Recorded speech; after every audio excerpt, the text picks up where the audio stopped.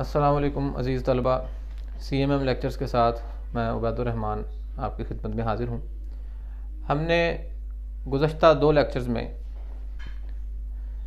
اسوہ حسنہ سبق میں مصنف کا تعارف، سبق کے عمومی نکات اور خلاصے کے اہم نکات کو ڈسکس کیا، اور دوسرے لیکچر میں ہم نے تشریح طلب نکات جو ہیں ان پر ہم نے بات کی۔ اس لیکچر میں ہم جو سبق ہمارا رہ گیا ہے اس حوالے سے ہم اگلے نکات پر بات کریں گے۔ نبی پاک صلی اللہ علیہ وسلم کی ذات ہر انسان کی ہر حالت اور تمام انسانوں کی تمام حالتوں میں ہمارے لیے رہنمائی کا باعث ہے۔ اللہ تعالیٰ نے انسان کو دل و دماغ کی صلاحیتوں سے نوازا ہے۔ انسان سوچتا ہے، سمجھتا ہے، دیکھتا ہے، سنتا ہے اور اس پر رد عمل بھی دیتا ہے۔ انسان کے اندر اللہ تعالیٰ نے بہت سی دل و دماغ کی خوبیاں اور صلاحیتیں رکھی ہیں۔ مصنف کے مطابق ہم کبھی کسی سے بہت خوش ہیں، کسی سے ناراض ہیں، کبھی ہم مصائب کا شکار ہیں، غمزدہ ہیں، کبھی اللہ نے ہمیں بہت سی نعمتیں عطا کر دی ہیں، کبھی ناکام ہیں اور کبھی کامیاب ہیں۔ ان تمام حالتوں کے لیے جو ہمارے دل و دماغ کو متاثر کرتی ہیں، اسلام اس کے لیے بھی ہمارے لیے نبی پاک صلی اللہ علیہ وسلم کی ذات کو نمونے کے طور پر رکھتا ہے۔ کسی سے ناراض ہیں تو 3 دن سے زیادہ ناراضی کا حکم نہیں ہے۔ اگر آپ کسی کے ساتھ تعلق رکھتے ہیں تو وہ تعلق اللہ کے لیے ہونا چاہیے، اس میں ذاتی مفاد اور خود غرضی نہیں ہونی چاہیے۔ اگر ہمیں کوئی دکھ پہنچا ہے تو ہمیں اللہ کی طرف لوٹنا چاہیے، اس سے معافی کا طلبگار ہونا چاہیے، اس پر نا امید نہیں ہونا چاہیے۔ اگر اللہ نے ہمیں کوئی نعمت دی ہے تو اس پر شکر ادا کرنا چاہیے۔ لئن شکرتم لازیدنکم، اگر تم شکر کرو گے میں اور زیادہ دوں گا۔ کبھی ناکام ہو گئے ہیں تو مایوسی نہیں، اور اگر اللہ نے ہمیں کامیابی دے دی ہے تو اس پر غرور نہیں۔ ہر حالت میں نبی پاک صلی اللہ علیہ وسلم نے اپنی زندگی میں ان تمام مواقع پر ہمارے لیے عملی طور پر مثالیں پیش کی ہیں۔ جذبات و احساسات کا نقطہ ہم نے واضح کیا کہ دل و دماغ کے افعال، جنہیں ہم جذبات احساسات کا نام دیتے ہیں، ان کا اعتدال اور باقاعدگی، جیسا کہ ہم نے بات کی کہ غصہ ہے، غصے کو حرام قرار دیا گیا، غرور ہے، اس سے روکا گیا۔ تو یہ تمام جو انسان کی کیفیات ہیں ان کو اعتدال پر، ان کو ایک دائرے میں اسلام محدود کرتا ہے، اور نبی پاک صلی اللہ علیہ وسلم نے اپنی ذات میں نبی پاک صلی اللہ علیہ وسلم نے اپنی ذات کے عملی مجسمے کے ذریعے ہمیں یہ ساری رہنمائی عطا کی۔ اگلے پیراگراف میں اخلاق فاضلہ کی بات ہوئی۔ عزم و استقلال، شجاعت، صبر، شکر، توکل، رضا، تقدیر، مصیبتوں کی برداشت، ان تمام نکات میں اگر ہم دیکھیں، مصنف نے یہ جو جملہ تحریر کیا ہے اس میں ہر لفظ پر آپ صلی اللہ علیہ وسلم کی زندگی سے ایک واقعہ ہمارے سامنے رکھا جا سکتا ہے۔ عزم و استقلال، ثابت قدمی، ارادہ۔ کفار مکہ نے تمام تر کوششیں کی کہ آپ صلی اللہ علیہ وسلم دعوت اسلام سے پیچھے ہٹ جائیں، تو آپ نے فرمایا میرے دائیں ہاتھ پر سورج اور بائیں پر اگر چاند بھی لا کر رکھ دیا جائے تو میں اس دعوت کے کام کو نہیں چھوڑوں گا۔ ثابت قدم رہے، لوگوں نے راستے میں کانٹے بچھائے، پتھر مارے، سر پر کوڑا پھینکتے رہے، لیکن عزم و استقلال آپ صلی اللہ علیہ وسلم نے اپنا قائم رکھا۔ شجاعت، نبی پاک صلی اللہ علیہ وسلم سے بہادر کوئی نہیں تھا۔ میدان جنگ میں آپ صلی اللہ علیہ وسلم سب سے مشکل جگہ پر کھڑے ہوتے تھے۔ صبر، کفار مکہ کے تمام تر ہتھ کنڈے، تمام تر دیے گئے مصائب پر آپ صلی اللہ علیہ وسلم نے صبر سے کام لیا۔ شکر، آپ صلی اللہ علیہ وسلم کو جب فتوحات ملی، جب اختیار ملا تو اللہ کے حضور سجدہ ریز ہوئے۔ توکل، اللہ پر بھروسہ۔ رضا، اللہ کی رضا میں راضی رہنا۔ مصیبتوں کی برداشت، قربانی، قناعت پسندی، آپ صلی اللہ علیہ وسلم سے زیادہ کوئی قناعت پسند نہیں تھا. 3 دن تک گھر میں چولہا نہیں جل رہا، کوئی شکوہ زبان پر نہیں ہے.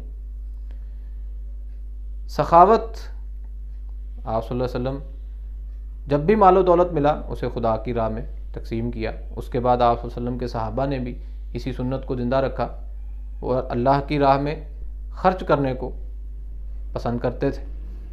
غرض یہ تمام جو اخلاق ہیں، اخلاقی حالتیں ہیں، ان میں سے ہر ایک پر آپ صلی اللہ علیہ وسلم کی ذات میں ہمیں رہنمائی ملتی ہے.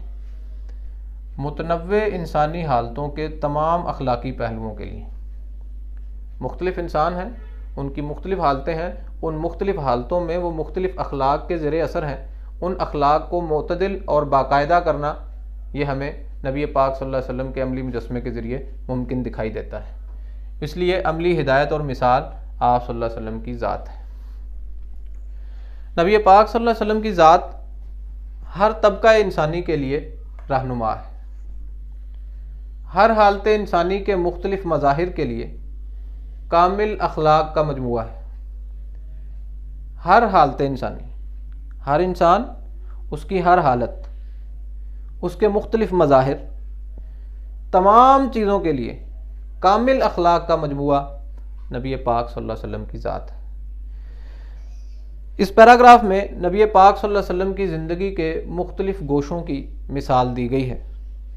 مثلا اگر کوئی دولت مند ہے تو وہ آپ صلی اللہ علیہ وسلم کی زندگی کے اس حصے کو دیکھے جب آپ مال و دولت رکھتے تھے. اگر کوئی غریب ہے تو نبی پاک صلی اللہ علیہ وسلم کی زندگی کے اس حصے کو دیکھے جب شیب ابی طالب کے اندر محصور تھے، مکہ والوں نے بائیکاٹ کر رکھا تھا، گھاس تک وہاں کھانا پڑی. اگر کوئی بادشاہ ہے تو آپ صلی اللہ علیہ وسلم کی زندگی کے اس حصے کو دیکھے جب کفار مکہ کانپ رہے ہیں فتح مکہ کے موقع پر کہ آج نہ جانے ہمارے ساتھ کیا سلوک ہوگا، تو نبی پاک صلی اللہ علیہ وسلم نے وہی الفاظ کہے جو حضرت یوسف نے اپنے ان بھائیوں کو کہے تھے جنہوں نے کنویں میں پھینکا، لا تثریب علیکم اليوم، جاؤ آج تمہارے پر کوئی گلہ نہیں، سب کو معاف کر دیا. ایسی مثال تاریخ انسانی میں کوئی نہیں ہے کہ ایک شخص نے تمام تر کسی قوم کی طرف سے دیے گئے مصائب اور دکھوں کے بعد ان پر فتح حاصل کی ہو اور سب کو معاف کر دیا. اگر کوئی فاتح ہے، کسی نے جنگ میں فتح حاصل کر لی، تو وہ نبی پاک صلی اللہ علیہ وسلم کی زندگی کے اس اسوہ حسنہ کو دیکھے جب آپ نے لوگوں پر فتح پائی تو ان کے ساتھ جو سلوک کیا وہ اس کے لیے رہنما ہے. قیدیوں کے حقوق مقرر کیے، دوران جنگ عورتوں اور بچوں کے قتل سے منع کیا، یہاں تک کہ سرسبز درخت کو کاٹنے سے روکا گیا. اور اگر ہمیں ناکامی ہوئی ہے تو معرکہ احد میں ہمارے لیے رہنمائی کا سبق موجود ہے. اگر کوئی استاد ہے تو اس کے لیے نبی پاک صلی اللہ علیہ وسلم کی وہ حیثیت جب آپ اصحاب صفہ کے لیے بطور استاد اپنے فرائض انجام دیتے تھے، ایک استاد کے لیے آپ صلی اللہ علیہ وسلم کی زندگی کا وہ اسوہ رہنمائی کے قابل ہے. علی ھذا القیاس اسی طرح نبی پاک صلی اللہ علیہ وسلم کی زندگی کے مختلف گوشوں کو اس پیراگراف میں بیان کیا گیا ہے. غرض سیرت کی درستی اور اصلاح کے لیے سامان آپ صلی اللہ علیہ وسلم کی ذات میں ہمیں ملے گا. ظلمت خانہ کے لیے ہدایت کا چراغ، اندھیرے گھر کے لیے روشنی. نبی پاک صلی اللہ علیہ وسلم کی ذات ایک روشن چراغ کی مانند ہمیں راستہ دکھاتی ہے. جامعیت کبریٰ، آپ صلی اللہ علیہ وسلم کی ایسی شخصیت جس میں تمام خوبیاں جمع ہیں. اور اگر کوئی شخص نور ایمان کا تلاش کرنے والا ہے، ایمان کو اور حق اور سچ کو تلاش کر رہا ہے، وہ اگر نبی پاک صلی اللہ علیہ وسلم کی ذات تک پہنچے گا تو اسے حق اور سچ ضرور ملے گا. اگلے پیراگراف میں بنیادی نقطہ دنیا و آخرت کی کامیابی. اصناف و انواع سے بھری دنیا کی عالمگیر رہنمائی. گزشتہ سبق میں مصنف نے یہ بات ثابت کر دی کہ یہ دنیا مختلف انسانوں کی مختلف حالتوں پر مشتمل ہے. اس دنیا کی بنیاد اختلاف عمل پر ہے، اس لیے اصناف و انواع مختلف اقسام کے لوگوں سے بھری اس دنیا کی عالمگیر رہنمائی اگر کوئی ذات کر سکتی ہے تو وہ نبی پاک صلی اللہ علیہ وسلم کی ذات گرامی ہے. دین اور دنیا میں کامیابی کی ضمانت آپ صلی اللہ علیہ وسلم کا دستور العمل ہے. نبی پاک صلی اللہ علیہ وسلم نے اپنی زندگی عام انسانوں کے درمیان گزاری. آپ صلی اللہ علیہ وسلم نے تمام تر زندگی لوگوں کے سامنے ایک کھلی کتاب کی طرح ہے، جس میں آپ صلی اللہ علیہ وسلم مختلف حیثیتوں میں ہمارے سامنے دکھائی دیتے ہیں۔ سبق میں دنیا کی بادشاہی اور آسمان کی بادشاہی کے الفاظ استعمال کیے گئے۔ نبی پاک صلی اللہ علیہ وسلم ہمیں دین اور دنیا دونوں کی کامیابی کی ضمانت دیتے ہیں۔ ربنا آتنا فی الدنیا، پہلے دنیا کی بات ہوئی ہے، کیونکہ دنیا موجود ہے، ہمارے سامنے ہے، اس وقت ہم اس دنیا میں زندہ ہیں، اس کی بہتری، اس کی بھلائی کے لیے اللہ سے دعا کی جا رہی ہے۔ نبی پاک صلی اللہ علیہ وسلم نے خود ساری زندگی اسی دنیا کو، اسی زندگی کو بہتر بنانے کے طریقے سکھائے ہیں۔ وفی الآخرۃ حسنہ، تو آخرت کی بھلائی بھی طلب کی جا رہی ہے۔ اس لیے نبی پاک صلی اللہ علیہ وسلم کی ذات دین اور دنیا دونوں کے اصول جو ہیں وہ ہمارے سامنے پیش کرتی ہے، اور آپ صلی اللہ علیہ وسلم کی ذات ہمارے لیے دین اور دنیا دونوں کی کامیابی کی ضمانت ہے۔ دونوں کے لیے عملی مجسمہ ہمارے سامنے رکھ دیا گیا ہے۔ آپ صلی اللہ علیہ وسلم کی ذات کے احکامات اور ان کے اعمال پر ہم پیروی کریں گے تو دین کی کامیابی بھی اللہ ہمیں دے گا، دنیا کی کامیابی بھی اللہ ہمیں دے گا۔ آفتاب عالم تاب اور ابر باراں، نبی پاک صلی اللہ علیہ وسلم کی ذات ایک سورج کی طرح ہے۔ جب سورج روشن ہوتا ہے تو وہ تمام چیزوں کے لیے روشنی مہیا کرتا ہے، چاہے اس کے سامنے پہاڑ ہوں، ریتلے میدان ہوں، بہتی نہریں ہوں، سب اس سے اپنی اپنی صلاحیت کے مطابق، اپنی ضرورت کے مطابق روشنی اور نور اور حرارت حاصل کر لیتے ہیں۔ یا آپ صلی اللہ علیہ وسلم کی مثال ایک ایسے بارش برسانے والے بادل کی طرح ہے، جب وہ برستا ہے تو سب پر یکساں برستا ہے، زمین کا ہر ٹکڑا جتنی اس کو ضرورت ہوتی ہے پانی لے لیتا ہے، باقی آگے بہا دیتا ہے۔ نبی پاک صلی اللہ علیہ وسلم کی ذات سب کے لیے انفرادی استعداد کے مطابق ہدایت اور رہنمائی کا ذریعہ ہے۔ نبی پاک صلی اللہ علیہ وسلم کی ہدایات، نبی پاک صلی اللہ علیہ وسلم کے عملی مجسمہ آج بھی موجود ہے، رہتی دنیا تک رہے گا۔ جس شخص میں جتنی استعداد ہے، جتنی صلاحیت ہے، وہ اس پر اس کے مطابق عمل کرے گا، آپ صلی اللہ علیہ وسلم کی ذات اس کے لیے رہنمائی کا باعث ہوگی۔ مسلمان کا مقصد حیات کیا ہے؟